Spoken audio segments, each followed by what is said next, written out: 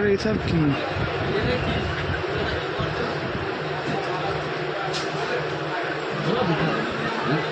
এদিকে ও দাদা, গরমে জল পিপাসা লাগলে খাবেন, এটা কাঁচা আমের শরবত খাবেন, দাম পুরানো আমের শরবত, আমের জুস, ঠান্ডা ঠান্ডা নবাব খেতে পারছে,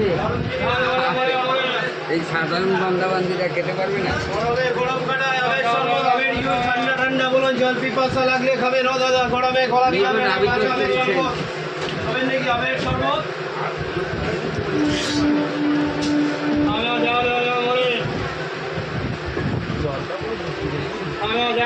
মুড়ি খাবেন, ঝালমুড়ি, মুড়ি মুড়ি মুড়ি খাবেন।